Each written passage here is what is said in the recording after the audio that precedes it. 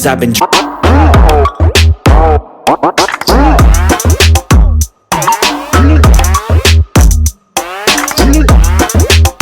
all of you to the second phase of HR Conclave. All of you. Great. So I welcome all the esteemed panelists. The theme for this panel discussion is business and the new normal in the post-COVID era. So we've all experienced COVID and we've also experienced the COVID era, post-COVID era.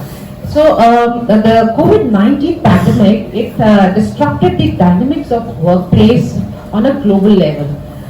While most of the disruption prior to COVID-19 were concerning evaluation of the technologies, the adaptation of emerging innovations and the replacement of manual labor. But the pandemic changed the entire physical construct of the workplace. There were a lot of learning and unlearning during the era and post-era. So as there's a research, and the research says that behavior, learning a behavior takes on an average 66 days with a minimum of 21 days. That's the research which says, and the COVID period that we had was more than the period that was researched. So that means there was a lot of behavioral changes. So when you ask people what their number one concern is about coming back to the office, it's work-life balance, it's commute. And at the same time, you ask people what the number one worry about staying at home is, and the answer is work-life balance, because there's no boundary between work and office. So we should like to have the comment of the panelists, starting from Mr. Chandraprakash Purani, sir. Sir, what's your take on this, and how was your experience regarding the COVID and the people coming back to the office or staying back home, sir? So thank you very much, and very interesting question, because we have not seen COVID in our lifetime. It's a new event, or maybe I would say it's a new bug in the world, or maybe it's just a tip of the iceberg. Maybe many more going to come. We don't know right now. But yeah, before COVID, after COVID, there are a lot of changes has been happened in everybody's life. So the biggest thing is that I would like to take this question into two parts. One is the employer's life, and another is the employee life, or our life, how it is changing. So when COVID started, everybody was thinking whether it's a temporary one or a permanent one, whether it will stay here forever, or it's just a 1 week or 2 week scenario, right? Everybody was thinking on that, and we also get into the boardroom discussing it, because we have one arm in China, another arm is in US, and third arm is in UK, and we were getting each and every information of what is happening globally on a daily basis. But we were thinking that, okay, let's create a BCP plan. Let's put another office. Say one office is getting impacted or COVID impacted, we can start operating another office. Maybe a Bangalore office will work, or a Bhopal office will work, or Pune office will work, or maybe people sitting in Colombia, different time zone altogether, they will start responding to your customer, because you are, end of the day, CX company. But very quickly we have realized if it is going to impact, it is going to impact to the entire world. It is not going to impact in a one country, or a one location, or a one center, or a one floor, for that matter. Then we said, okay, let's go for a BCP plan. Let's look at virtual options. And I still remember that we started the first meeting of this in January 20th. And I was in Malaysia on 17th. I have been ordered by my management, then come back immediately, because there is something which is cooking up. So we all get together in the boardroom and started working on the employer side, how we will respond to our customers, how we are going to face our customer if this disaster is going to come, because we are getting those news every day from China. Now, what we have done, we realized that this is the virtual model which is going to work. We started shipping, we started ordering laptops, and by 26th of March, 22nd I believe lockdown has announced, and 26th or 27th we were all dispatched our laptops to all our 13,000 employees globally. So that was a change which is required from the employer side. But there is a change required at the employee side as well. Are they open to work 9 hours virtually? I would say no. There were Teams meetings wherein camera was off and people were not attending those meetings. There's another change, right? So those things were there. But yeah, post-COVID, now if I see, end of the day, if we are social animals, we need society, right? Getting into that, saying that work-life balance is not there or communication will save time, you will flip the card and look at from the customer standpoint. When you are together, you will learn more.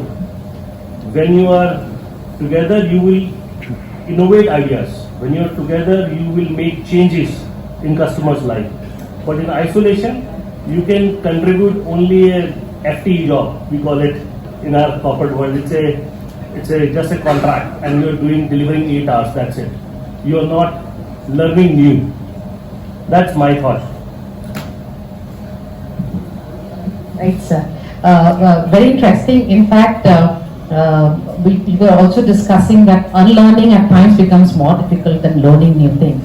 Though your organization, you learned that virtual is the way to take forward, and but again, unlearning and bringing the employees back to the office is the greatest challenge, because ultimately it is the bottom line, COVID or no COVID. The bottom line is something which every organization looks into. So I would request Neetu Bala ma'am to please take this or give a comment on this. So looking at the work-life balance, our majority hiring is of course freshers. You guys are our major talent to my organization. And prior to COVID, we were used to visiting campuses, right? We are having presentations, we are having first round of interviews, second round of interviews, then we take finals in our organization. But after COVID, we started working totally remotely, right? It opens up opportunity, even not from Delhi, Gurgaon. Now we have talent in the entire organization from Bombay, Hyderabad, Bangalore. So the question is work-life balance, right? When we hire freshers from a campuses, say you guys are like enjoying here and doing chit chat with your friends, doing bunks, everything, right? At end of the farewell day, you have a very different movement in your heart that we are going to be separated, right? And once you come back to our office life, you are just logged into a room, okay? You are just doing your Teams meeting. You have to switch off your camera to doing WhatsApp video call to your friends. And like in 3 or 4 days, you just get frustrated. Ma'am, this is not my era. This is not, I can handle this work pressure.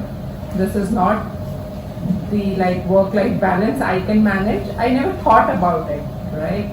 So this is a major challenge we have faced when we started like work-life balance and working remotely, majorly the students, right? Then we decided that it should be a training to them, right? Then we set up a training workshop for them. People, candidates are joining us from the campuses. We give them 15 days training. What is the work-life balance? How do you manage it? You can like switch off, switch on your camera. Early days are your learning. And to be very frank, now people have adopted this. They know when to work, when not to work. It's a challenge. It will remain challenge for the organization, for attendance, for everything, for employee engagement activities. But the coming up generation will know that working from home is an opportunity. The hybrid model will work. You guys are not limited to Delhi or Gurgaon now.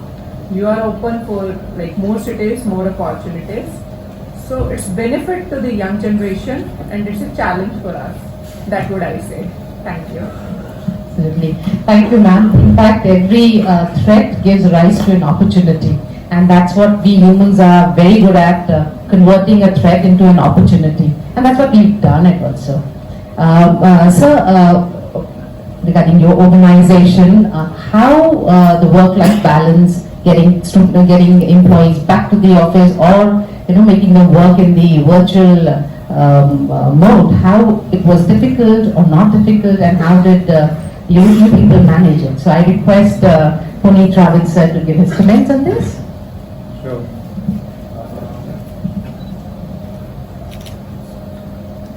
Okay, so guys, work from home or work from office, I believe it's not only about the corporate. You guys can also relate with that. When the pandemic hit us, you guys were also impacted with that. You used to come to your college every day. You were so excited. I can talk about the people who, were in the first year when the pandemic hit us, right? People were so excited that they want to come and they would have a different life in college. But suddenly the things had changed. If we talk about the organization, specifically if we talk about the Indian industry, they're never ready for this change. Even they were talking about it, the global changes which is happening around the world. They were ready that, we should give an opportunity to our people for work-life balance, right? But if we talk about the mindset, it was never changed. So the pandemic taught each and every one. It's not like me, you, it's to the entire world. It has taught us everything can be possible. Like I said, the industry was not ready just because they are afraid that, in case people are getting work from home, I'm not sure whether they will be productive enough or whether they will deliver the way they are delivering when they are in the office, right? So I'm sure you were also afraid whether you were able to study well in an offline mode when you have to, appear on a video call, whether the teacher would able to communicate to you well or not, right? So all those things were there, but yes, now post-pandemic, everything is running smooth.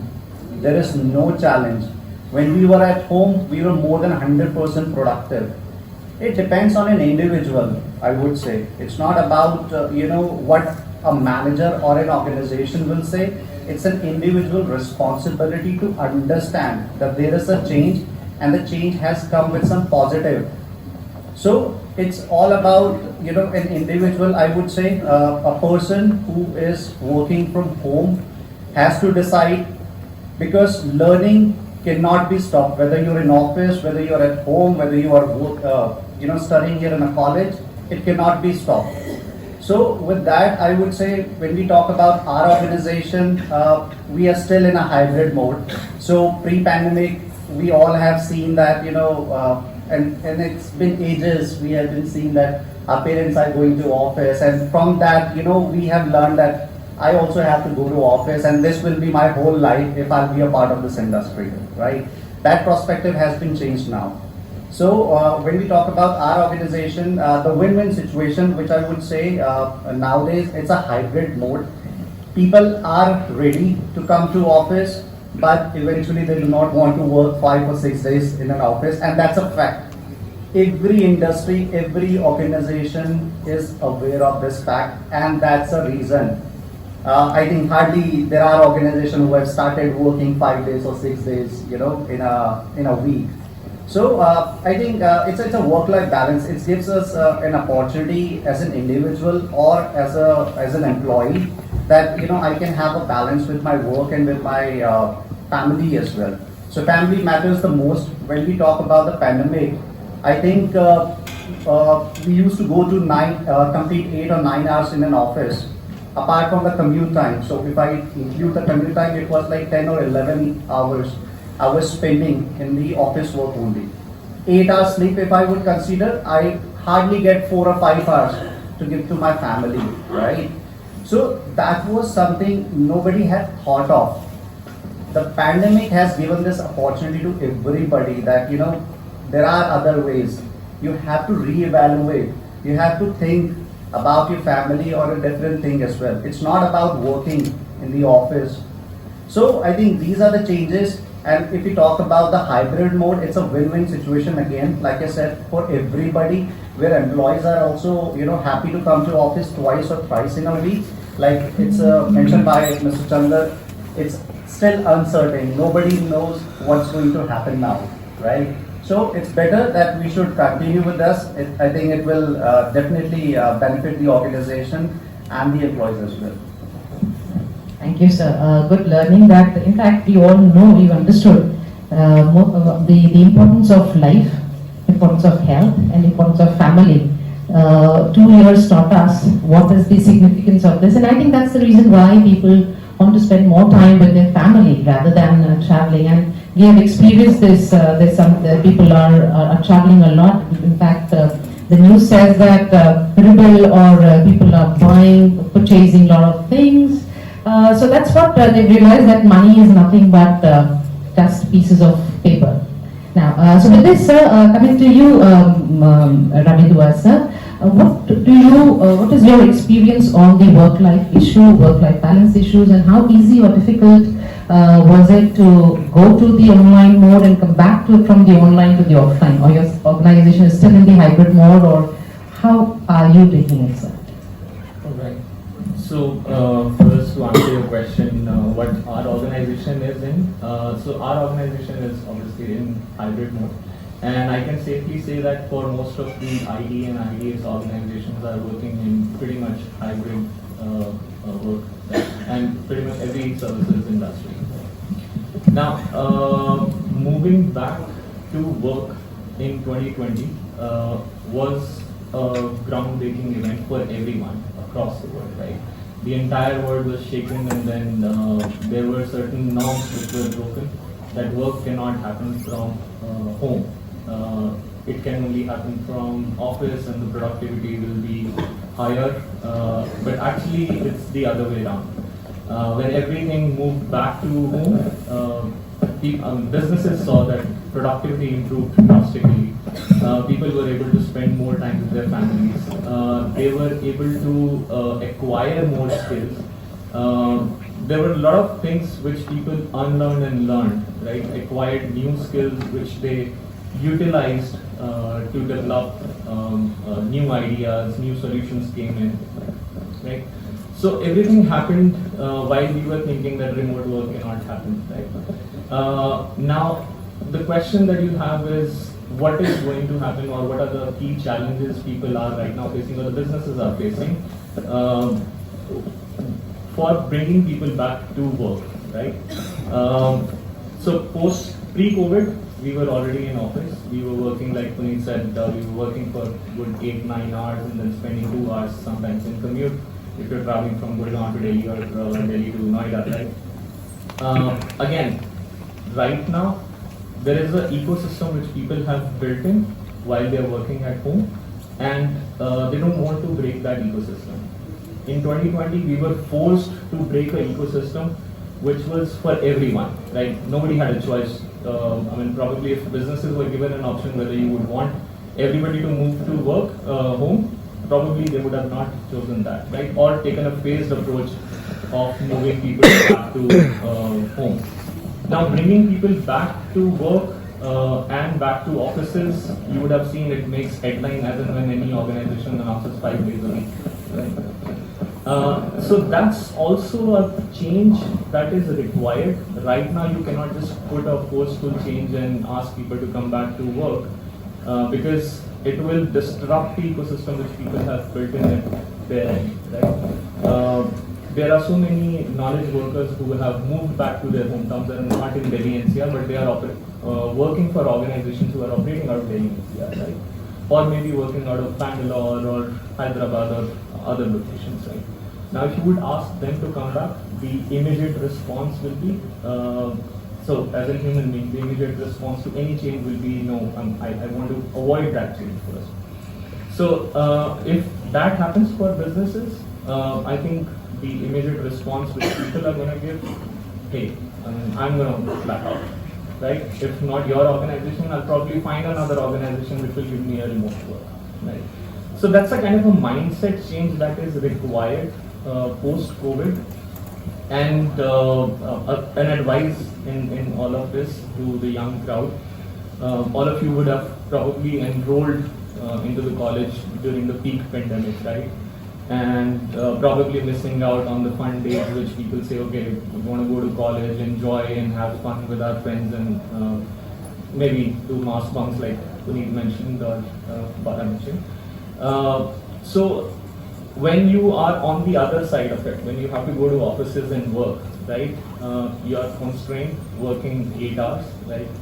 Socializing, yes, but it will be a kind of a cultural adaptation that you will not have if you're just working remotely, right?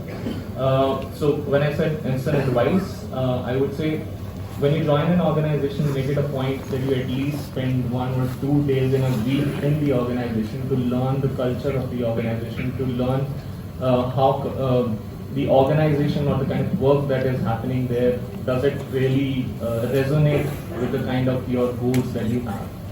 And when you're interacting with people in the office, you knowingly, unknowingly learn a lot of things, right? When you look at the leaders, you start emulating the kind of their behavior which they do, right? So I think the way forward for businesses, for people, is in hybrid mode, no doubt, right? Can we go back to the area or the era when we say that it will be 100% office work? We are going 5 days a week to the office. In the foreseeable future, I don't see that happening, for sure. I mean, at least not for the services of the IT industry, right? So to sum up the answer on the question, I think remote work or the hybrid work is the way or is the future of the knowledge workers for sure. Right? And that's going to be the new normal or the new era. Thank you, sir, for your views on this question. Yes, the new norms, in fact, norms are gradually being built and rebuilt, changes are being done, and I really agree to this is change is more of the mindset. Because it's easy, as you said, the company's culture, every newcomer has to adopt to the company's new culture. In fact, Toyota culture says that it takes a lot of time, 10 years for an individual to know the exact culture of a company. But the shift is so fast, so I think 10 years would be a little difficult. Coming to you, ma'am, Sakita ma'am, Siemens is more of a people-centric organization. How this change and well-being of people, they were taken care by your company during COVID, and what's the new norm that how do you define this new norm now? First of all, Dr. Shweta, I request not to call us ma'am and sirs. So you are a professor, you are building the future of tomorrow. In fact, we have to call you ma'am. So please don't call us ma'ams and sirs. Before I answer this question, my colleagues on my right side, they've already narrated what the organizations have done. So Siemens, a similar thing. We have done not many things, which are employee-friendly company. Not many things beyond imaginations. The COVID care packages. I mean, I'll come to it. But before that, our conversation is around our work-life balance things. So let me ask this question back to my audience, to my friends. Do you think this term work-life balance exists or it's a myth? With a quick raise of hands, how many you think that it's a myth, there is no work-life balance? Raise your hands. Okay, so few of you feel that there is no work-life balance, it's a myth.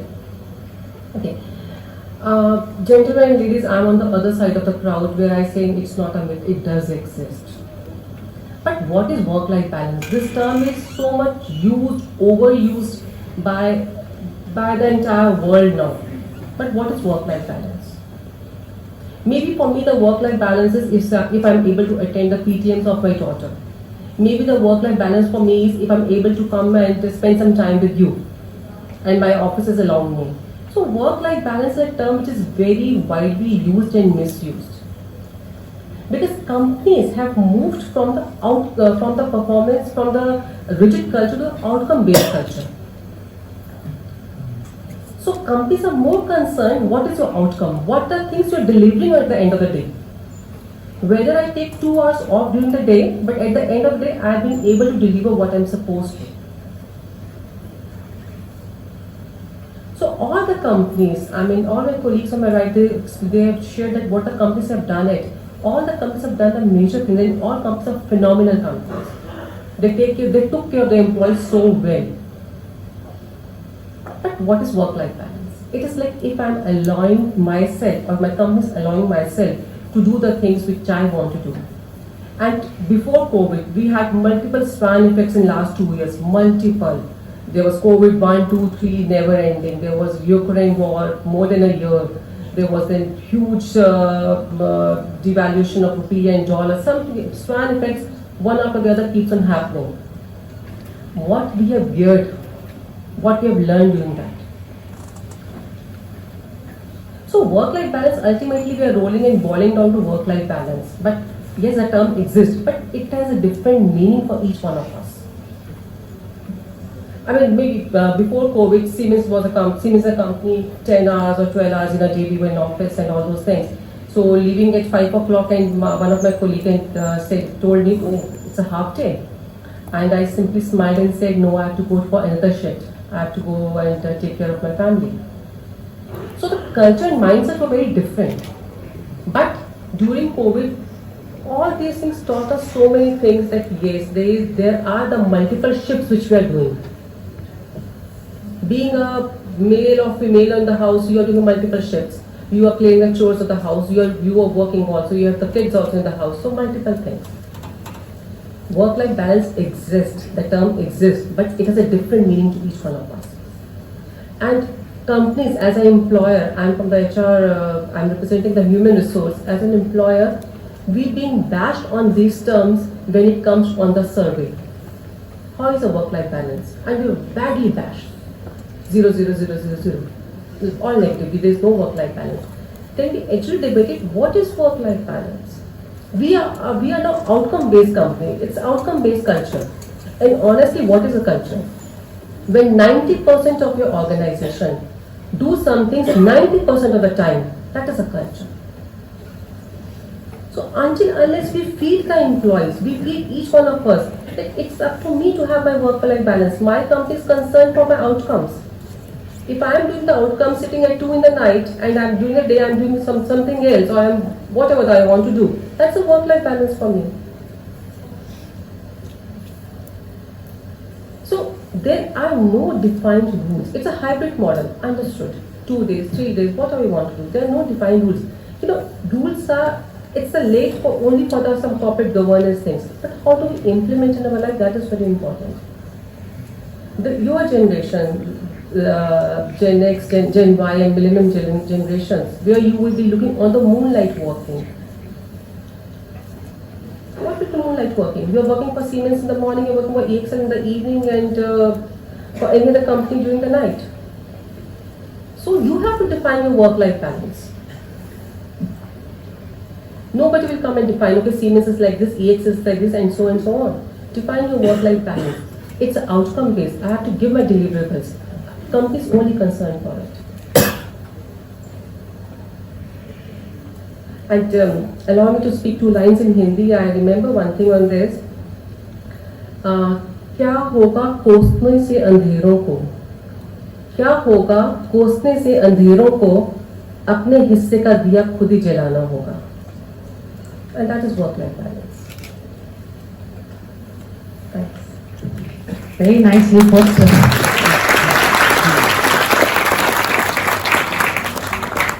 Yes, the most used word is work-life balance. Immense research has been done on this. You pick up a journal, you have at least one article on work-life balance.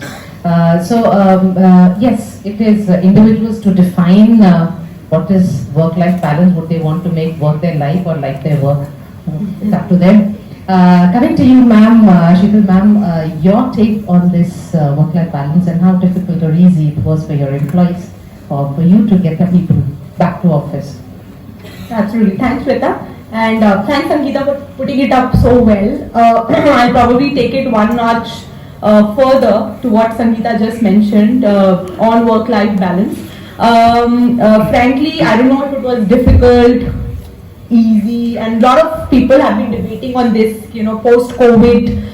Do you want to bring your people back to work, or was it okay to have people been working, because everybody saw that there was a revenue increase, at least for Grant Thornton. We saw an NPS hike, we saw an employee net promoter, which is ENPS score. There was a hike there as well. So everything went off pretty well during COVID as well. So the start was of course tough, and it was tough for all organizations, but it went off at the end of it, apart from of course the personal bashing which a lot of people and a lot of families faced, which I do not want to get into, but professionally all firms saw that kind of growth, and what GT decided when we came back, and typically in a new normal phase in 2021 mid, we thought that okay, 2020 gave us that moment to move from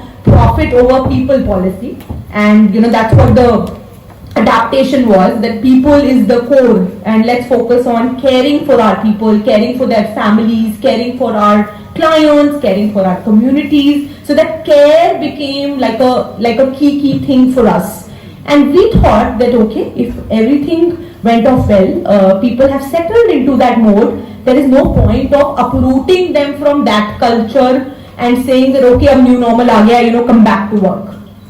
That was a very, very clear statement which our CEO also made at a lot of town hall based platforms.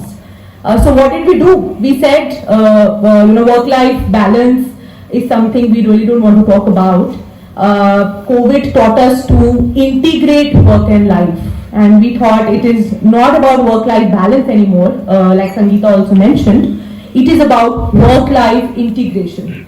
Technically, you can never strike that balance, right? You will have to figure out how best can you integrate your work and your life, right? So if I know that okay, 10 to 11, I have to attend my daughter's sports day, I know that probably I'll log in at 8, finish off my early meals by 9:30, get back to my sports day mode. I'll watch her play. I'll also participate as a mother in the race which has been scheduled for all the mothers of the school. I'll win that one probably, and I'll come back, log in again at 11:30, start my day. I'll take a break of half an hour to serve lunch to my family. She comes back from school and I'll give her a big hug at 3:30 saying you did a great job, and then I'll get back to work again at 4 o'clock because I have a meeting which is scheduled. My day this way may end at 8:30, which used to otherwise end at 6:30, but now it will end at 8:30. At the cost of what? At the cost of so many other things I've integrated in my day, right? So that's integration for me. And 2021 taught us work-life integration. Now at our firm, we'll be completely talking about that. Work-life integration. We've introduced multiple avenues, and that was the thought. Ki work-life integration socially hai. Now let's see how can you make it possible for an employees to integrate work and life. So kya kiya humne? We brought in new policies. So there was something called unlimited leave policy, which we were an industry first to introduce for our people. People were thrilled कि अच्छा unlimited ले सकते हैं. You don't have any leave balances. You don't have any कि अच्छा इतना CL है, इतना PL है, इतना earned leave है. That funda has been moved out.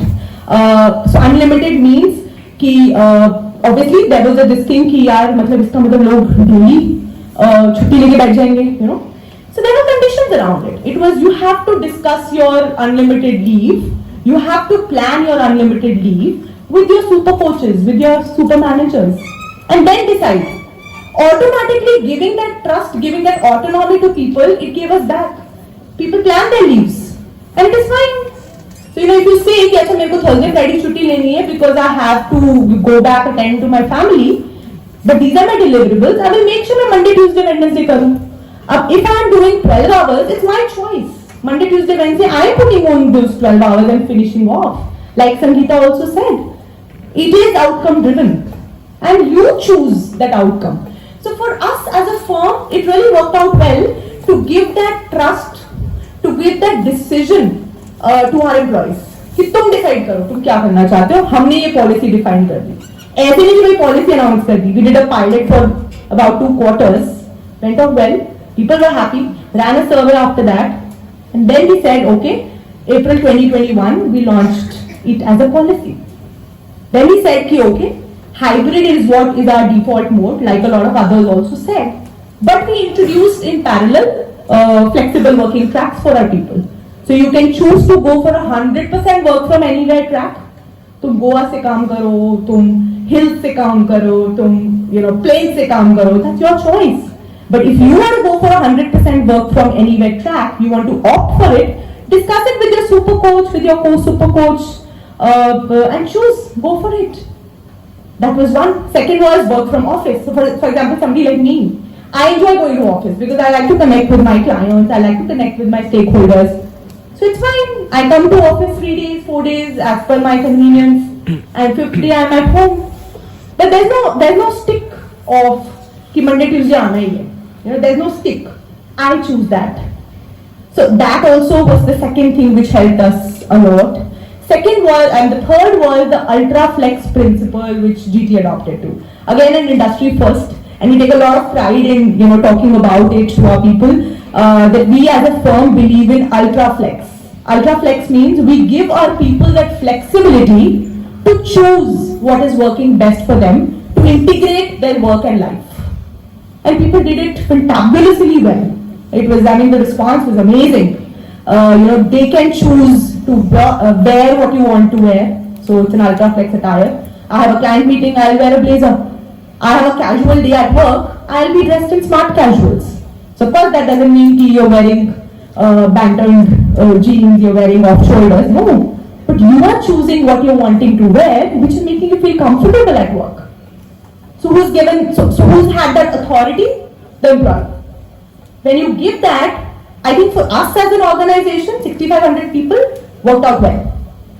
So we have to, as a firm, decide for ourselves what is that work-life balance, how do we want to describe that. For us, it is work-life integration. Yeah, thank you. That's actually very, very interesting. Sorry, Sangeeta.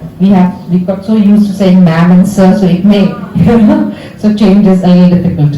Yeah, understanding as how to weave the work and life and bring out a beautiful fabric. That's what I think the organizations are working together. And there's something very interesting you talked about is giving more decision-making capability or making people more responsible for their decision, what they want to do. And I think that when that comes, people become more engaged with the organization. Because you don't need to have a separate employee engagement program because they are already doing things and taking the responsibility of whatever decisions they're doing for the welfare, for the growth of the organizations. With this, we request Veer Bharat sir to please give his opinion about the work-life balance and how your organization defines it or is doing it. So.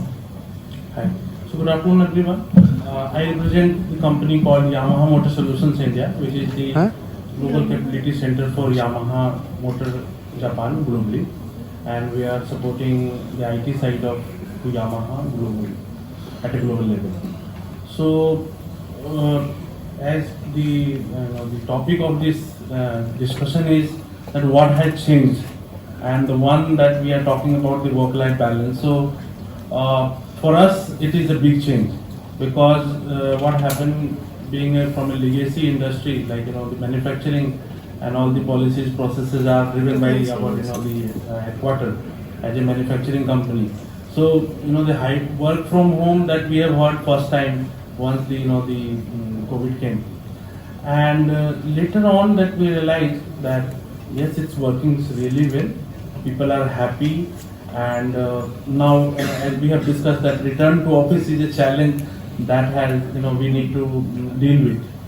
And I think one of the panelists has mentioned rightly that, especially Ravi and all, that the way that we are living now had changed from the past. So now we have expectation of the family has also changed, and we have to understand that when we are talking about return to office. So we are considering all those points. Coming from the to the work side, so it's a good time for us as an organization because everything was going to be digital. If you talk about what kind of work that we have taken during post-COVID, you can say the effect of COVID that has come up with, we have never thought that we are going to launch a bike on online mode or virtual mode. We used to call the conference, press conference and all. Last week only we have launched the new bike on purely virtual mode. So everybody, even the press people are connected through the online mode, and we have launched the bike on the studio. So that kind of change that has come up. We never thought that we will allow people to order their bike parts on e-commerce through e-commerce platform. So that kind of development that we have done. During the COVID, lots of rules was imposed by government, and at that time we have developed face recognition software where the customer will be automatically detected at the dealer shop and welcomed by the related staff. So all those developments that we have done. Coming to the work from home, and the interesting part is that we as an organization decided that we will go for the Great Place to Work survey first time during pandemic, and that was one that is very much challenging. That we are not sure that how people are finding it during this because all are separated, all are working from home, but we got a very good marks. Like we are approx 100 top organizations during this GPTW survey. So that has given us confidence that we are on right track, and there are many benefits that we see. So thanks to COVID, you can say that now many of the trainings, even our dealer staff and all, that has been trained through the virtual platform. We are in the process of implementing HoloLens kind of training where 3D training will be given to them. So generally what happens that whenever new bike launch, so we need to train the people on the dealer staff on the new model. So generally it was a physical training because we have to show them the bike parts and all. So now with use of HoloLens and other the VR technology, what we are doing from the headquarters itself, we are giving them the training, and they are following or seeing the things in a 3D mode where they can learn about how to repair the bike when the model is launched. So one more thing that has changed is the perspective with respect to the health of the employees. From the post-COVID, that has changed. So from the medical consultation, online consultation, now we are talking about various kind of vaccinations can be given to our employees so that they themselves and their family members feel safe. So these are the major things that have changed post-COVID. That's great, and it must be very challenging for a manufacturing company which has a different characteristics and different kind of people working in. I'm talking about work-life balance. So again, a change in the mindset that yes, a new product can be launched online. It's not necessary to have it offline. So moving from this work life to the next topic, that's how to make a shift to sustainable and inclusive growth. We all talking about sustainability, we're talking about inclusive growth. So how we want to talk, we'll start the discussion, quick discussion from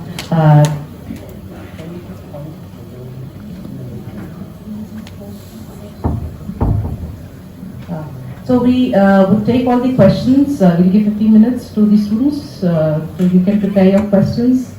But after we have all the sessions, we have all the questions answered, right? So okay, so yeah, so shift in the sustainability. So how did your organization make a shift to sustainable and inclusive growth? So Chandra Prakash Gurani ji, I would like to have your points, quick points on this. So, as rightly mentioned by all the panelists, that hybrid is the way forward, and that's the way forward to bringing the growth. Because when you're looking at a talent in a one particular city, in one particular country, you may not find it. But as soon as you move online, as soon as you move flexi work hours, as soon as you move into any place you want to work in and bring technology for a change, that will give a growth. right? That will give a potential growth, and you are making a steel ball which is rolling and you cannot stop after that. So if organization is making those changes within their ecosystem, because that ecosystem is very much driven by the customers, very much driven by the employees, or I would say to that extent culture as well. How you are bringing all the ecosystems together to bring that growth. And on top of it, if you can enable it with the technology, that is more important. And I would say in our environment, we have adopted almost like we have implemented SAP SF, which I was talking to you during the tea break, during the COVID, globally, successfully. So that's the change. If organization can adopt and give you that fertile land to grow plants on it, it will change the entire ecosystem. And those things has giving us the results now, because IGT has grown about 55% just after the COVID, last year. And this year we are seeing about 40% growth, so which means about 95% growth after COVID. And I was telling you, I was discussing with Veer, as a talent acquisition chief, I am expecting that we will touch 50,000 in next 2 years, from 25 to 50. That's the confidence I have on my customers as well as on my leadership team. So, nutshell, if you bring those ecosystems together, you will get the potential growth. So the data is very interesting, sir, and very motivating as well. So ecosystem enabled with technology, that's what that's a key that you say that would help in this. Going to you, ma'am, coming to you, ma'am, Neetu Bala, ma'am, what's your take on this, that how to make a shift to sustainable and inclusive growth? Yeah, that's rightly said that it runs with the technologies. The reason is, like, we are currently not even into the hybrid model. We are totally focusing on our work from home model. And we have shifted towards the technology, like we have implemented Teams, we have implemented HR1 help desk. Like prior, when we were used to in office, we interact with the HR. Now people raise us the ticket, and it's my team's responsibility to reserve that ticket in like 72 hours, within 72 working hours. We have like tie up with very quickly couriers, services, laptops are dispatched to the new joiners, and like in one day even people are receiving the laptops, welcome kits, their online login credentials. So it's all about technologies now, right? We have our online attendance system, remotely working, every facility, online query session, online even fun engagement, employee engagement is the fun.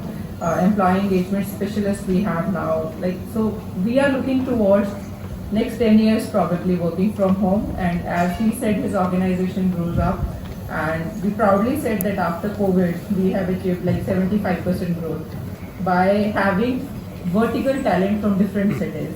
So like we are currently working on the blockchain and with the recent technologies, and we are like the one of the leader into the blockchain now, only because of the technology. And ChatGPT is the recent example. Now everyone knows about it. So let's see where technologies goes on, but the future is technology, of course. Thank you so much, ma'am. So again, talking about technology and talking about the vertical talent. Going to you, sir, Puneet Raut, sir. So what's your take on this? Okay. So, yes, we have been talking about the technology, and there is no doubt about it. Without technology, I don't think so. I'll see the future, honestly. But when we have to sustain, I think we forget about our employees. We have been keep talking about, the work-life balance, the employee engagement. But honestly, if we talk about the industry, and like, people have mentioned that when we are rolling out the surveys, we are not getting the result which we expecting, right? So there is a reason for it, and industry has to understand. And probably, after the pandemic, the leaders have that vision, I'm sure. So they all were talking about, we are taking care of our employees. These are the certain things, for the employee engagement. Reward and recognitions are there. We are going and taking them in an annual party. We are giving them a quarterly bonus, like that. these are the past things, right?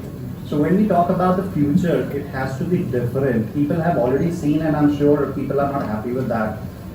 So when we talk about the investment, it has to be on human as well. The technology definitely has one part, but who will take care of the technology? It's humans, right?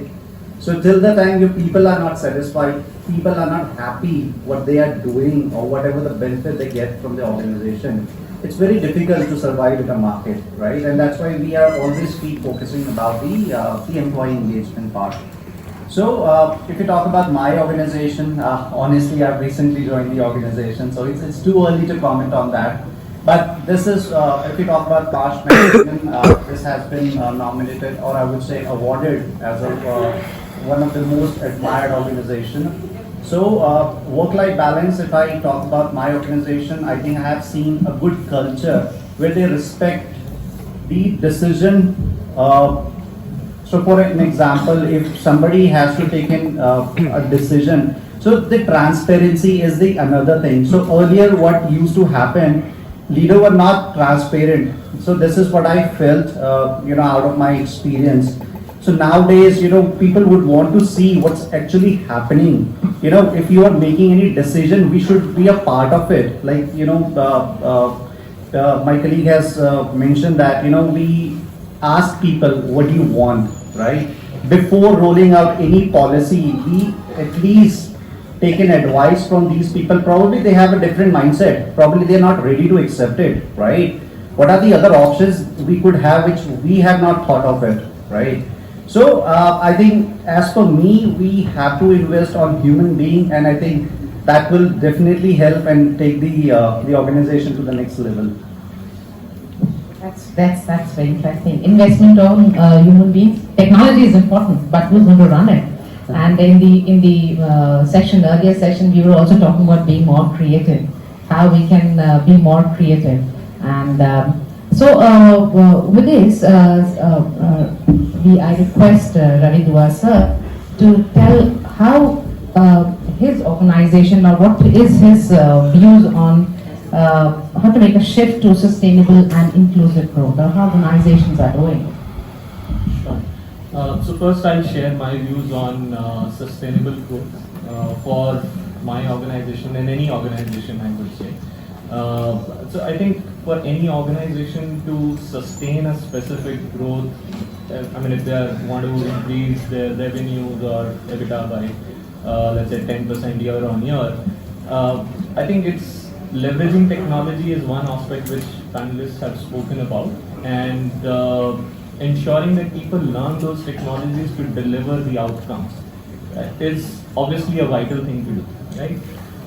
But for any business to sustain that kind of a growth, because whatever you're doing right now, it will hardly take any time for other competitors to replicate that and put it into the market and go to your customers, right?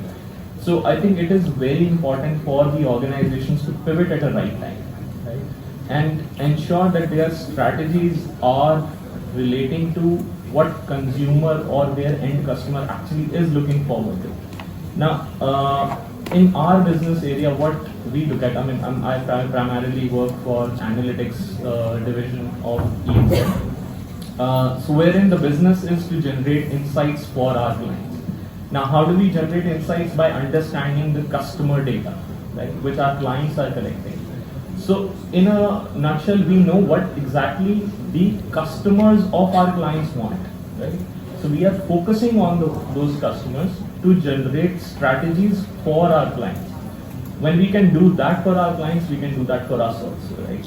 So pivoting at the right point and ensuring that we are meeting the demand of the customers, we are meeting what exactly do they want, what are the needs, and how technology is influencing those areas, right? Keeping that together, I think it's will provide sustainable growth to any organization, right? Not just EXL if I talk about. And to talk about inclusive growth for any business, I think providing equal opportunities to people and ensuring that everybody has say, like my panelists talk about surveys. So every time we roll out a survey, there is a ton of feedback that comes in, right? Sometimes we try and analyze it ourselves. Sometimes we give it to vendors to analyze it for us. And then HR business partners are there who would go to your employees, take a pulse on a very frequent basis, understand what your employee wants or what exactly are their needs, right? So ensuring that you put them together and because one shoe cannot fit everybody, right? You'll have to sometimes customize the need of every employee experience, right? So make sure your employees are with you in your growth, what they want, you deliver those, and obviously that has to be in a justified manner. Not that I want to be in Goa every time sitting on the beach, sipping beer and still want to code, right? Obviously under the influence you would not be able to code, right?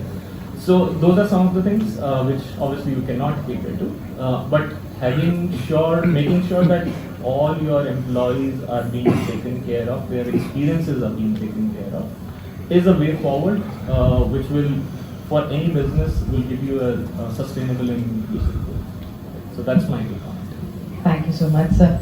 So yes, so technology, people, investing on people, and pivoting at the right point would lead to sustainability and for inclusiveness, equity. That would be the right word. Equity and and listening to your employees. You know, trust is the word that we actually, it's easy to write, very difficult to implement or get a trust. So I think, and that would come when people make their own decisions and they are responsible for the decisions. I think that's how they are all linked together. You can't see them in isolation. So yes, we go to our next panelist, Sangeeta. What's your take and what do you think about inclusiveness and how sustainability and inclusiveness can be done in the organization? Okay, when I look at sustainability and inclusion, I take a holistic view, a complete 360-degree view. What sustainability and inclusion means for the customer, what does it mean for employee, and what does it mean for society? Because in Siemens we believe that ultimately that includes sustainability comes if we include society at large. So when we talk about as a company, as a customer, obviously it's new age technology. It is about inorganic growth. It is about expanding your own capacity. When we say inorganic growth, it means, because nowadays you talk of creativity, going into different field, different venture. What does this mean? Colleagues, I request that maybe you Google it out later. What is red ocean, blue ocean? Red ocean is where your organic growth happens. It's a cutthroat competition. It's a blood everywhere. Because all your customers, everybody is in red ocean. Hindustan Liver, corporate, everybody is in red ocean. When we say inorganic growth when you are venturing the new fields, that's called red ocean, blue ocean. Blue oceans are inorganic growth. Venture into different fields, something which you have not done till now. How your technology can be grown into those fields. So that is for me when we say sustainable growth. Sustainability doesn't come you work in your own field, it's an organic growth. Sustainability comes when you work in a different field, ventures on a different field. So that is where we see that sustainability in terms of your business, in terms of your technology, and expanding capacities of your machines, capacity of your employee. Okay, that is a sustainable thing for us. And when we talk about society, what does it mean? If your policies, if your business policies are in sync with your government policy, my government says no carbon, we have to reduce carbon footprint, zero emission by 2050, that is by our Honorable Prime Minister Narendra Modi. So how company policies are synced with your country's strategy. That gives you sustainability, that gives you inclusion. What does it mean? It means that, okay, if the company says I'm going to contribute certain in energy sector, that's a government policy. How my company, how Siemens or any technology company is contributing or adding to those policies. So are we working, if Prime Minister Modi says that okay, zero emission and we have to reduce carbon footprint, how my company, my business is contributing? Which means, are we moving from coal and working on the new technologies? Energy कैसे generate करेंगे if coal is not there? How we are using renewable energy? How we are using hydrogen or any other energy form other than coal? That's a sustainable business for me. And inclusion, how to put society at large. If we say zero, if we say reduce carbon footprint, how many of you are aware about reduced carbon footprint? How many? I'm happy to see 2-3 hands. These people are aware and people are becoming conscious of reducing carbon footprint. And when we contribute towards it, for me to reduce carbon footprint, maybe I reduce the usage of plastic. Maybe I use more of a carpool. That is an inclusion. Okay? Your baby steps will count how to the bigger cause. That is the way you have to help the society also.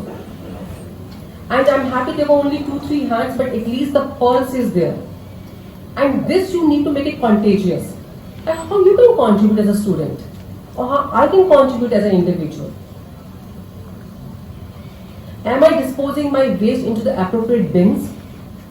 If I have to be in sync with Mr. Narendra Modi's policy, what I am doing?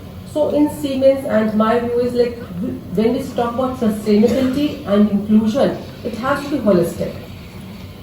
Not only from the business point of view, employee point of view, but society at large. How your things are impacting society at large. That is the inclusive growth for me. And that is the way we see each and every policy where our business is getting affected by the government policies. So that's what I am to contribute to our inclusion and sustainability. Great, ma'am. So a sync between the business policy and the government's policy that would lead to sustainability. Coming to Shikil, has the new norm made any, whatever we are talking about this new norm, is there any shift to sustainability, or is there any shift in the sustainability and inclusive growth as far as the organization is concerned? Yeah, of course. So I think that was a pertinent question, because a lot of organizations are targeting growth for themselves, both in terms of revenue and in terms of the manpower they're looking at adding. For example, GT, we recently concluded our strategy 2025 Vision 2030, which was to more than a 100% jump in the manpower which we are planning to add. So we are at a 6,500 now. We are aiming at a 15,000 plus people, so head count to be added by 2030, which is a huge jump. And frankly, when we talk about growth, of course, sustainability and inclusion, like a lot of my colleagues mentioned, they contribute to growth as well, but it also works the other way around. So if you're planning a lot of growth for yourself as a firm, the biggest challenge for you is that how can you shift to that growth and still ensure inclusion and sustainability for yourself. So this SIG, all three elements, all three dimensions go hand in hand. Very recently I was reading a report by McKinsey 2022, it's a 2022 report, which said that for firms who are targeting growth for themselves, it is a 10 times bigger challenge for them to ensure sustainability and inclusion, even 10 times more than the pandemic. So that means if you want to sustain that level of growth, how can you ensure sustainability? How can you ensure inclusion? And that's a very pertinent question, which a lot of leadership platforms are viewing and figuring out for themselves. What we decided as a firm, of course, we became, like others also mentioned, we became tech friendly and equipped ourselves there thanks to COVID. The other part, the other portion of making our firm an inclusive firm for all segments of employees was still a challenge, and there is what we wanted to work towards. Ravi Puneet rightly mentioned, I think investing in our people has been the key. How can we as an organization make a firm which is diverse and which is inclusive at the same time? So what is diversity? You add people from different dimensions, that's a diverse pool or diverse talent. But you make them feel included in the organization, that's inclusion. How can we do that? So organization needs to be at our firm have been targeting specific interventions to ensure inclusion to be at its peak. So for example, if it's the new mothers who are returning back from their maternity leave, we are trying to ensure we have a structured program, we call it mentorship here, but that's a structured program where we coach them and we coach their managers and skip level managers to ensure that their transition is absolutely smooth, because that's one very, very key segment. So what are we trying to do? We're trying to make them feel included in the firm. We've had a lot of, so almost 40% of our audience is the Gen Z, is the youth. What are we trying to do for them?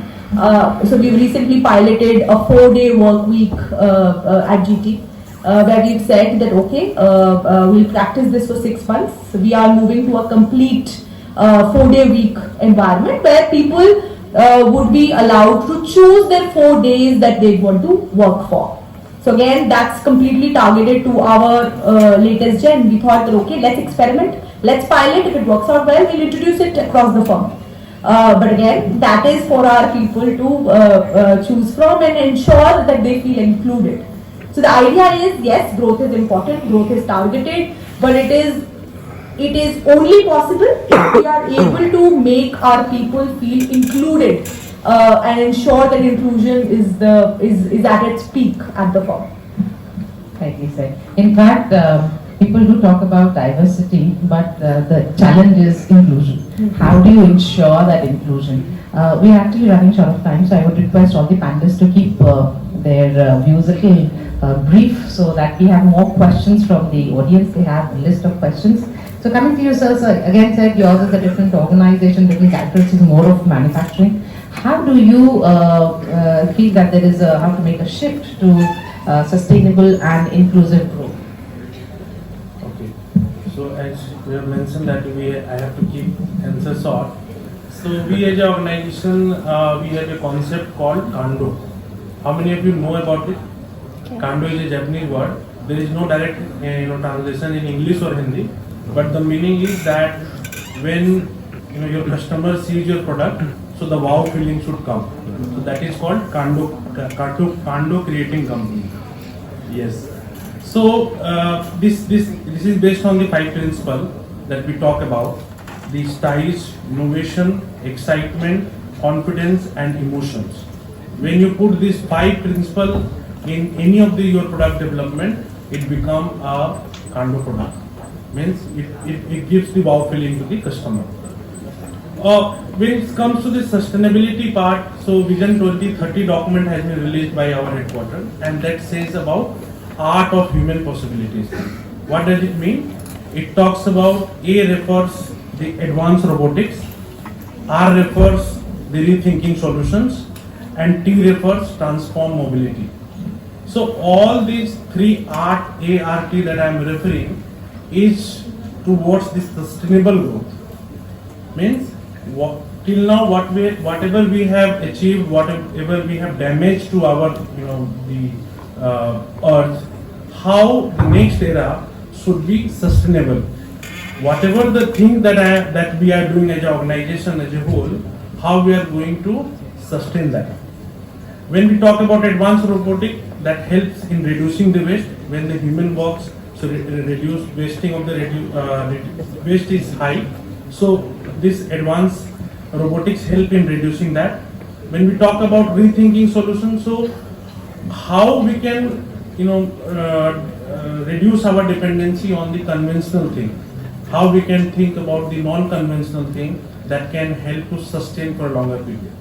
And when we talk about transform mobility, again it is talking about non-conventional things like using solar power, how we can use it in our mobility, how we can use the power of water, how we can use the power of wind in the mobility side. So all those areas is the future that we are working upon. That's all. Thank you, sir.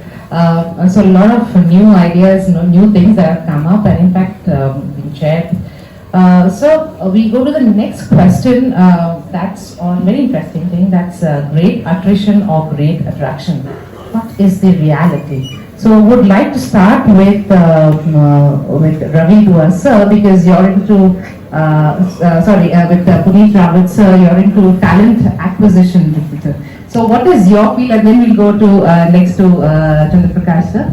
So yes, so great attrition or great attraction, because all over we were talking about great attrition, but now something new. So what's your take on this, sir? Okay, and I think that's one of the best topic or the question I have in this session. So when we talk about the great attrition, it was there. Honestly, it was there. I have never seen. I have spent 8 to 9 years in this industry. I've been a part of talent acquisition.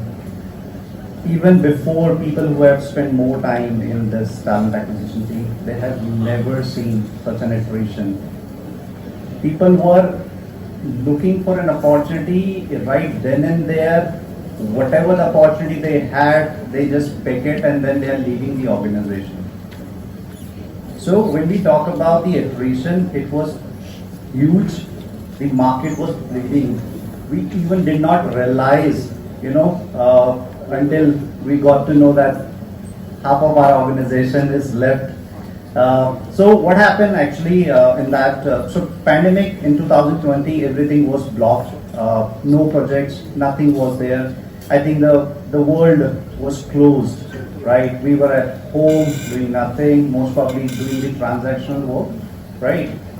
After 2020, I remember the month, it was February, when I got few requests from one of the business units that, we have few people, they are leaving the organization. I was saying, it's natural, it happened in every organization that people will come and leave the organization, right?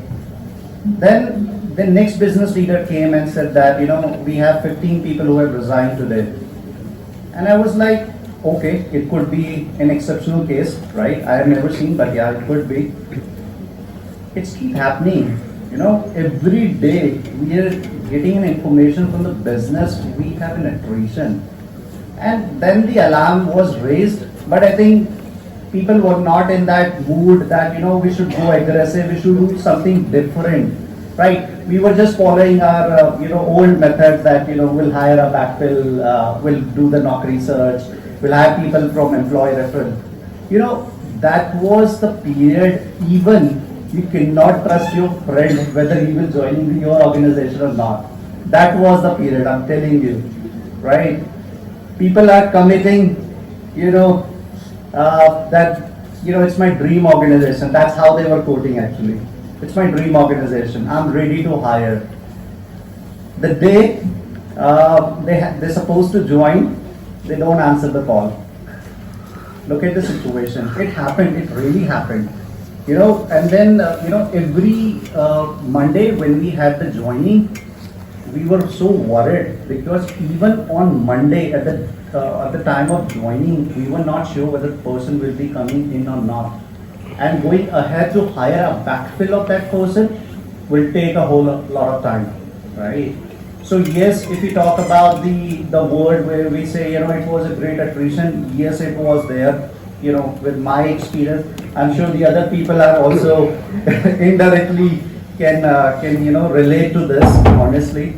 But yes, the attrition was there. The reason which I thought, earlier before pandemic, people used to come to office, they used to work, and we spoke about the toxic environment. We talk about people where they did not get the growth, but somehow it was there in mind. This is how it's going to be.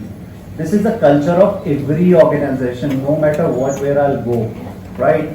I'll have the office politics everywhere. Probably I'll not get the good growth in the next organization, right? They never thought of changing the organization. Even I remember there were people, I thought, they will get retired from this organization and they left the organization. Can you believe that, right?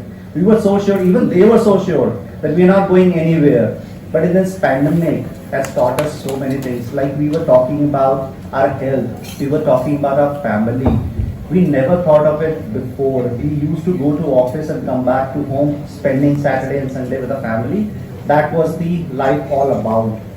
But I think in the second wave, when we have seen, a disaster, and I believe, and I'm sure, nobody is there in the market who was not impacted because of it, right? Then people have started realizing, they have started re-evaluating those things. This kind of culture which I'm getting, right? Is it worth it to be here? Because I have seen worse, right?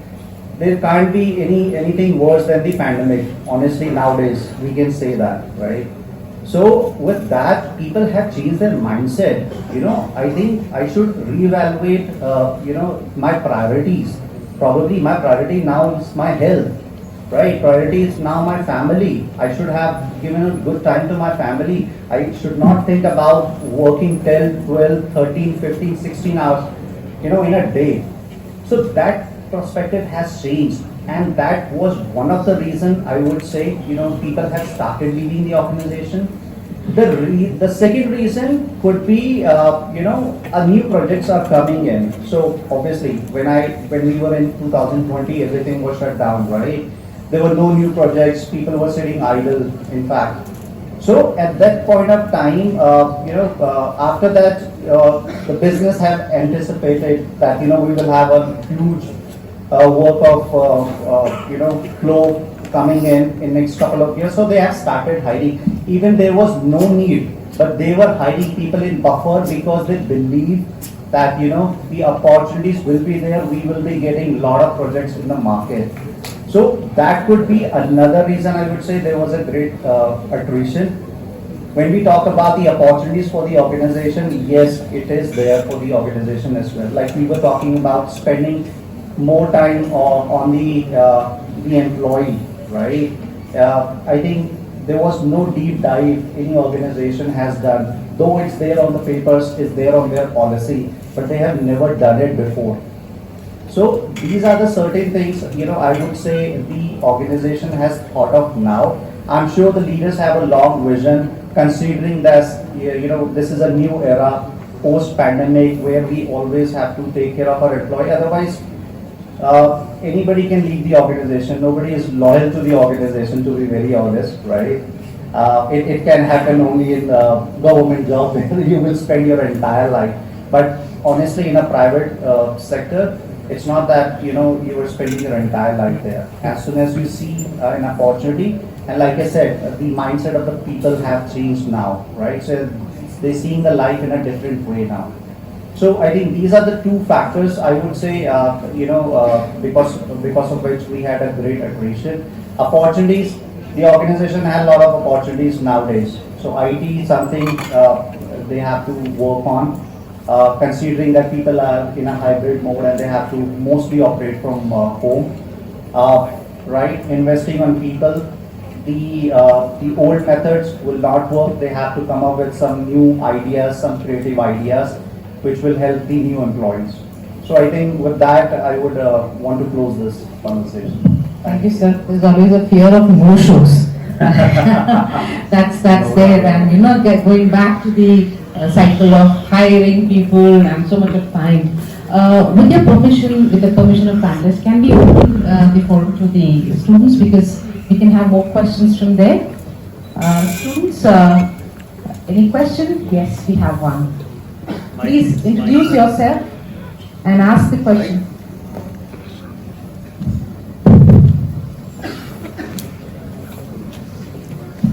Good afternoon, sir. Good afternoon, ma'am. So the idea of not being a job seeker and being a job creator fascinates me. And everyone is conditioned, my peers, my family, everyone, to do MBA for job prospects. And the people who do MBA for business literally change the meaning of MBA, which is मुझे बेचना आता है. This is one. So I just want to know that, can you advise the students who want to start their own startup, as well as how one should know that he is a job material or a startup material, because not everyone can own his startup. So thank you. And this question is for who? It's open, okay. So it's open to the panel. Sure. Very good thought. I will really love to support you in any kind if you want in future from me, first of all. Because India needs that kind of a talent. It can create jobs for people. Now, question here is that when you are looking at a thought, how you can convert them into execution and idea maybe, right? First of all, you have to look at your passion, where your passion lies. Can you create a product? Can you create a service? If product, what kind of a product? If service, what kind of a service? First of all, you have to work on the concept itself, right? And then probably, I would say, hold 2 years for it. Join maybe the similar companies or those who are doing it, or maybe do the detailed research about it. Only then get into it. Otherwise, you will burn your hand, burn your financials, and your trust will go down. Your confidence will go down, and you will not able to recover. So better is that get that experience. As a fresher, you have lot of enthusiasm, lot of things to do, right? But you know that shallow knowledge is always dangerous. It will kill you from the market. So if you want to win the market, first of all, be with the market, learn from the competition, and then execute.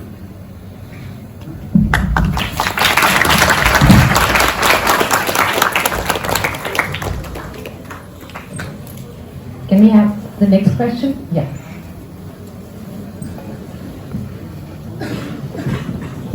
Hello, my name is Kashish. I have a question for Puneet Rawat, sir. Sir, you talked about there was an era where employees were leaving the organization and all that. So my question is, what were all the negative impacts that have resulted in laying off of the employees later at that era as well and now as well? Okay. I think nowadays all the people are hearing about the slowdown, right? So probably that's the reason you have this question. Yeah. So I spoke about two things. One was the employee, their perspective has been changed, right? Now they have a different way of seeing the life. The other part which I was talking about, it's majorly the business anticipation, where after 2020, organizations were thinking that a lot of projects will be coming in. Those were in pipeline, honestly, and eventually they did not come. So when you hire people in advance, right, considering that you will have more growth in future, right, you invest on those people. But once you don't have those projects, what will happen? Layoffs will happen, right? So when people are not, when work is not there, it leads to the layoff. And that's what happened with few organizations. So like you have named a few big organizations we never thought of, to be very honest. If a week back, if I would ask you, would you want to join Google? You would say yes. But after hearing the news that they have fired people, I think you will think about it, right? So yes, this could be a reason from my perspective. There are other factors as well, which I'm probably not aware of. But yes, this could be a reason. Thank you so much. Can we take a question or one more question? After you, so can we take with the permission? Can we have another question? Yes, there's one.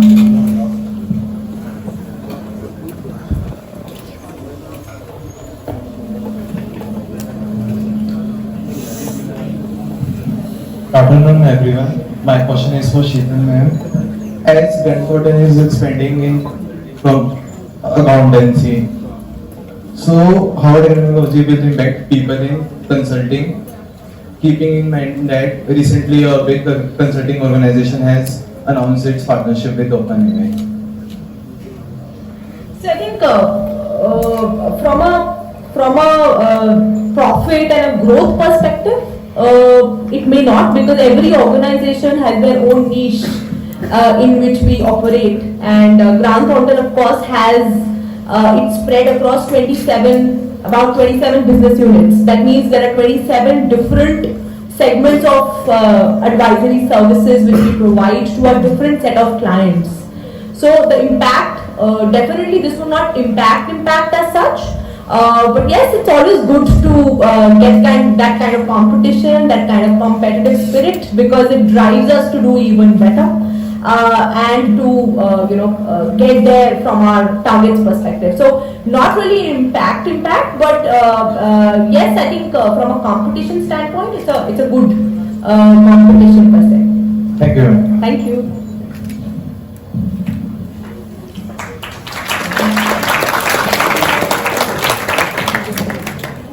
Do we have any other question?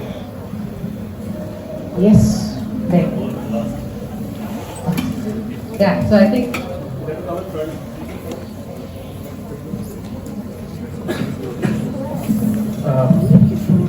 afternoon and director now. So almost all the panelists mentioned that it is impossible for us to move towards the pre-pandemic era where the employees used to work 5 days a week, and the new normal is the hybrid model where the employees work 2 to 3 days a week and rest in the online mode. So according to you all, does this deteriorate the quality of work they are working in their home? As ma'am mentioned that we might take a break in between and we come back again and we so it's basically like a shift. So while we are in office, we are constantly looking at our screens, we are working continuously. So will this deteriorate the quality of work, or will this impact the organization's growth in any way, and if yes, in what terms?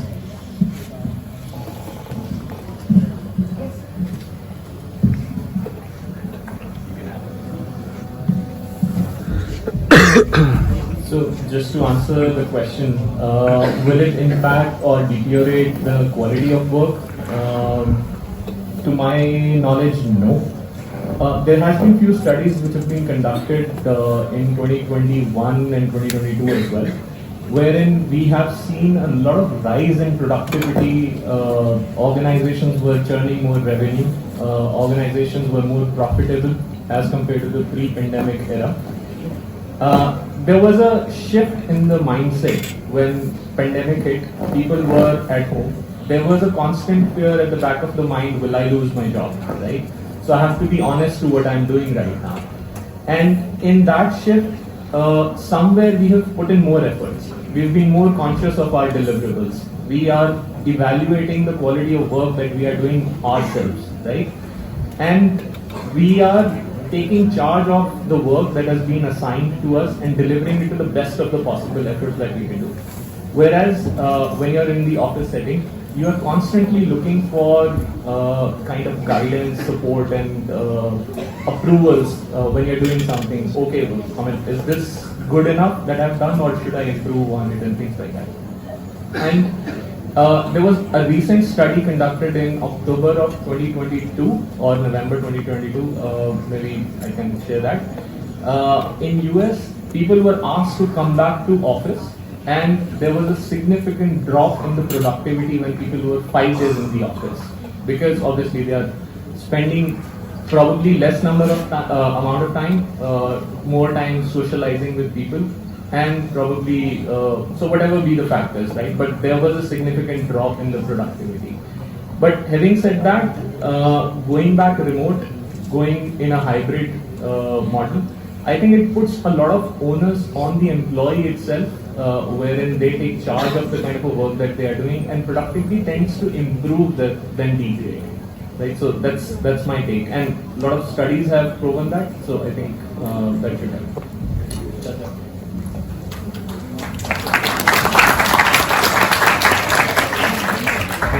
Ravi rightly said that productivity will not be compromised, but the other thing which can get compromised is the risk or compliance area, wherein there are few customers or there are few data points which are not to be disclosed in the home environment.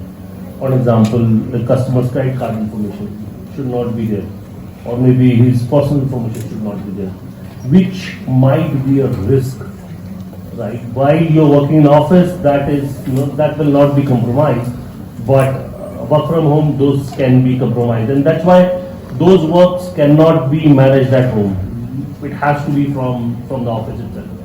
Second thing is that what Ravi was mentioning about the US people are not returning to office is that because of they are getting a lot of money more money at home rather than be at work.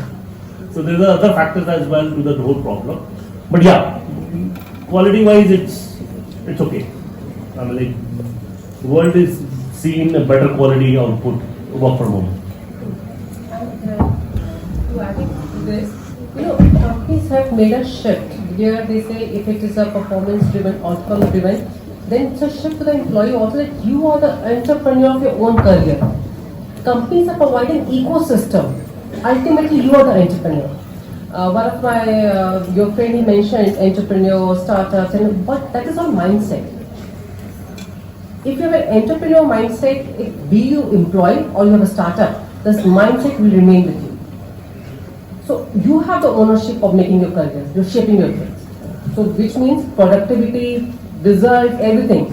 If we all work together in one direction, if you work together in one direction, success will take care of it. Success will take care of itself. So you work with full focus, have the ownership, success will take care. So that is the shift which we have done in last 2 years. I know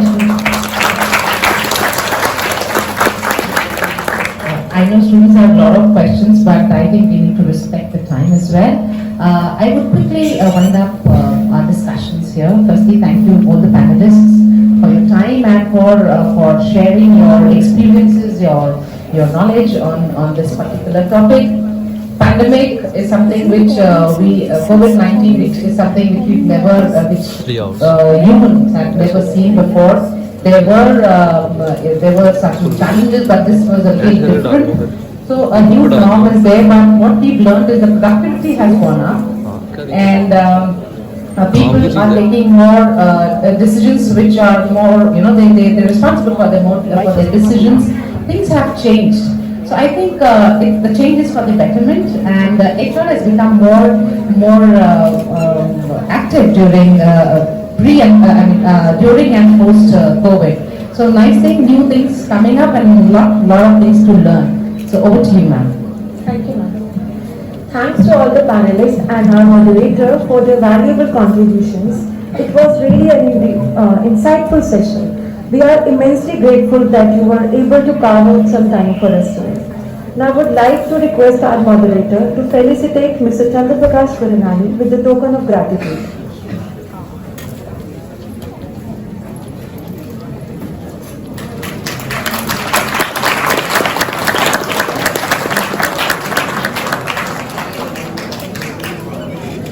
Thank you, sir.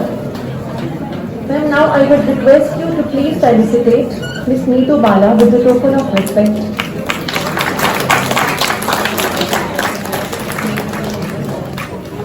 Thank you, ma'am. And please honor Mr. Puneet Rawat with the token of gratitude.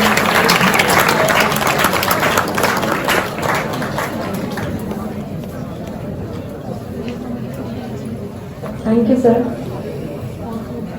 I would request you, ma'am, to please felicitate Mr. Ravi Dua with the token of gratitude.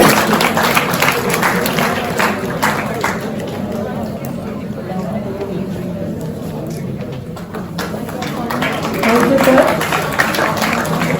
Ma'am, now please honor Ms. Sangeeta Baig with the token of respect.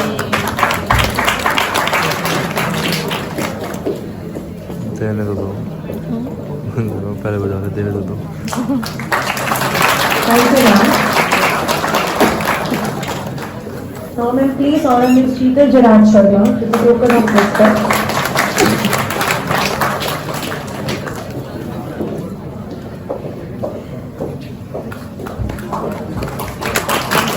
Thank you, ma'am. And please present a token of respect to Mr. V. Bharat.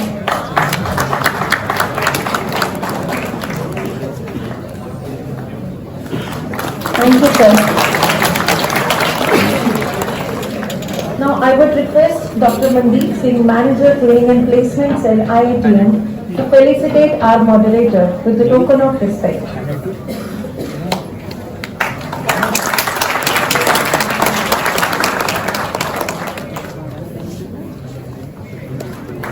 Thank you, ma'am. Now I request Ms. Isha, student of BBA final year, to give vote of thanks.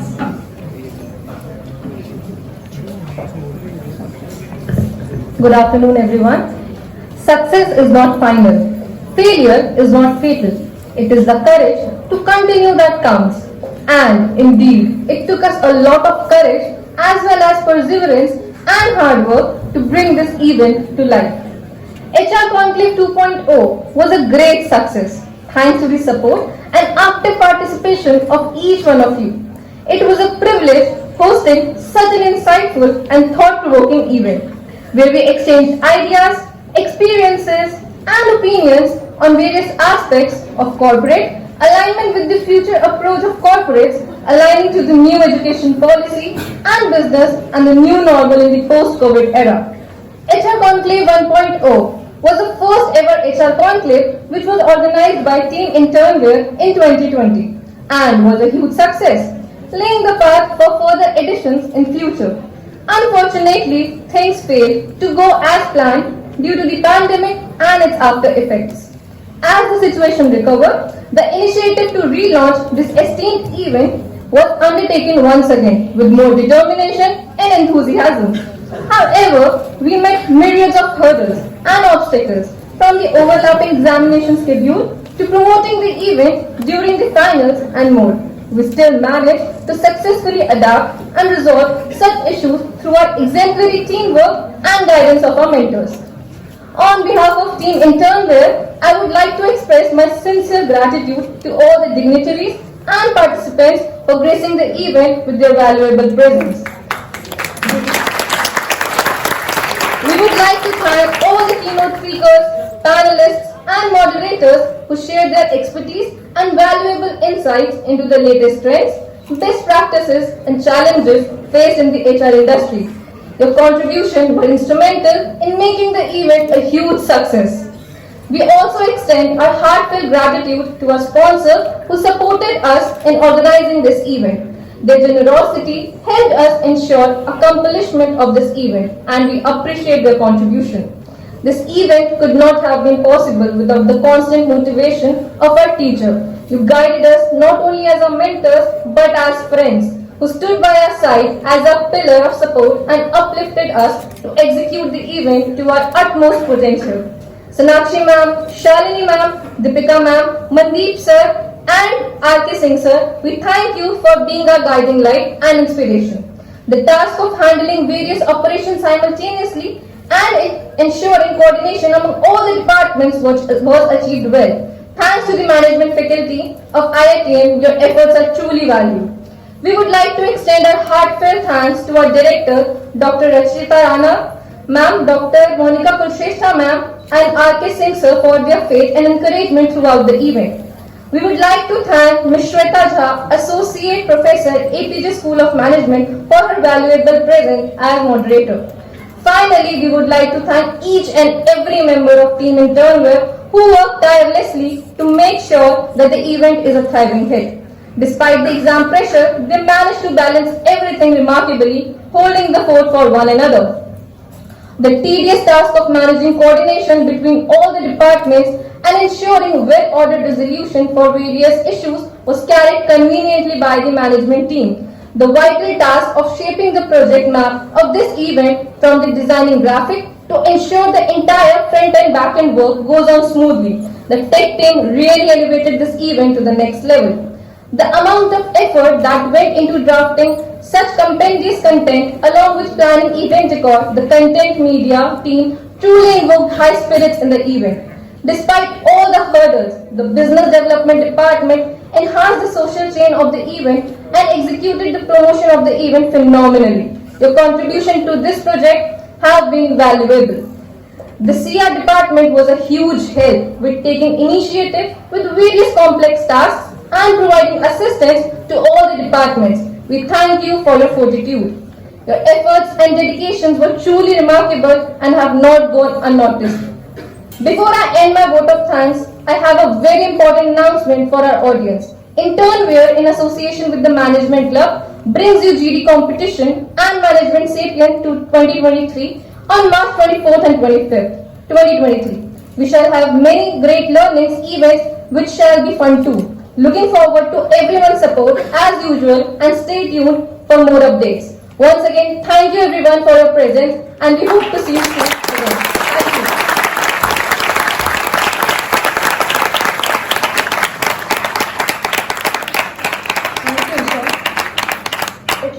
not least, let's conclude this event by singing our national anthem.